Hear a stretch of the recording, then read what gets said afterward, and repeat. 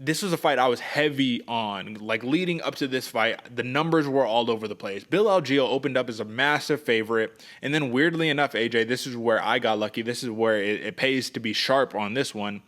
The odds flipped massively in favor of Alexander Hernandez. So a lot of the questions was like, yo, what is going on? Is there something that they know that we don't know, that Vegas knows or something like that?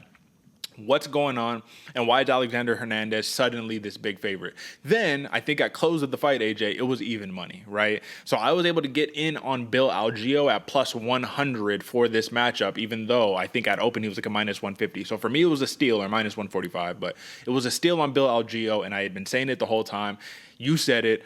Alexander Hernandez is not a guy that you can have a lot of faith in from a wagering perspective due to the inconsistencies. Bill Algeo was too long, too lanky, too tricky of a switch fighter. And in the grand scheme of things, man, I think he just frustrated the power puncher that is Alexander Hernandez, man, make him take some risks that he didn't want to. This was not a flawless performance, but this was a goddamn fantastic performance by Senor Perfecto, Bill Algeo. What'd you think?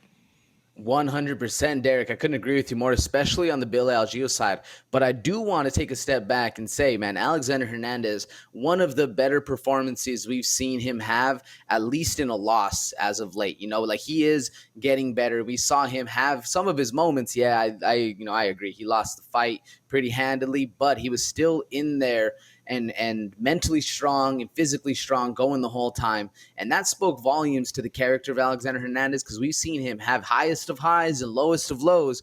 This was a nice middle ground fight. It ended up in a loss. It is what it is. But it was a more so of a good showing from Alexander Hernandez, that he still has a lot of potential and a lot of things to get it done. This was just a hard fight because, yeah, Algeo had the length, had the speed, had the timing, had all the things that were looking good, as well as just a half step ahead of whatever Alexander Hernandez is going to do. Bill Algeo not made it look easy, but made it look pretty damn near perfect. Well, that's what I was saying is for Hernandez, man, he's always going to be in the fight given his power, right? So he's walking you down, looking to throw the big shot. He might even land it here and there. The only problem was that's like the only bright spot of the round, while Algeo is just picking at you the whole fight, knees up the middle, trying to time that, giving him something to think about. You come in here, close the distance, you're going to get caught, right?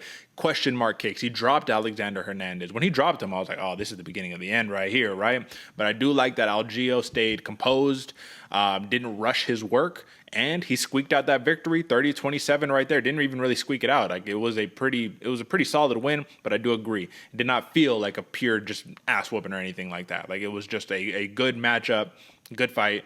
And with that being said, man, Bill Algeo, he's calling out some names. He wants some guys. This dude's over here calling out Elon Musk and Mark Zuckerberg, man. He said, what's up? Who wants it, bro? My question to you before we pivot off of this one, man, is that Alexander Hernandez, you just mentioned it, man. We've seen the highs, we've seen the lows. When you're taking a look at his career, things get really dicey because he's now 14-7. This was a guy who everyone was saying is going to be a future champion. He proclaimed himself as that. And if you look at this last run of work, man, here, sorry, let me pull off this. Sheesh, that doesn't look good. A lot of red, man. Bill Algeo, Jim Miller is the only win right there, and I'm mad because I bet on Jim Miller for that fight. So it's like, you got me on that one. But Billy Q, Renato Moicano, when your wins are against these types of calibers of guys, Jim Miller is a big one, right? But Mike Breeden, Chris Grutzmacher, that's another big one. Let me see. Francisco Trinaldo.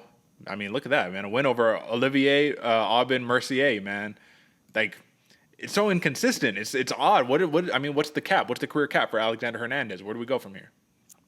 Right now, Derek, I think the career cap for Alexander Hernandez, and I'm speaking like 5 years into the present or into the future right here, I think he might has, at least at the level he is now, he's going to be a very solid gatekeeper. Maybe even maybe this name popped in my head just because we just read it, but that Renato Moicano level of fighter. Not necessarily a star, but a guy that everybody knows the name of, kind of in that gatekeeper position. If Alexander Hernandez is able to really put a couple new hitches in his game, a couple new little things, maybe it goes a little higher than that, but that's right now, at least where I see him. And it's not to disparage anything, that's just a hell of a level to be at. Not Moicano, that's a hell of a fighter, a hell of a name if you're a hardcore fan. I see that level for Alexander Hernandez. What about you, Derek? Yeah, I guess that's fair, man. A gatekeeper, we can definitely see that. I think if he adds a couple tools to his game, man, things can definitely shift and pivot a little bit differently. I think he's still got a bright future ahead. I mean, this is his weight class, right? Like, it doesn't feel like he's not in the right weight class. Oh yeah, no, this feels like this is home now, man. And that's what I was thinking of best is he looked good. He felt like he was fighting at the 155 again where he had all the power, but now he had the speed as well. He looked good. I like him at 145. All right, fair play. Well,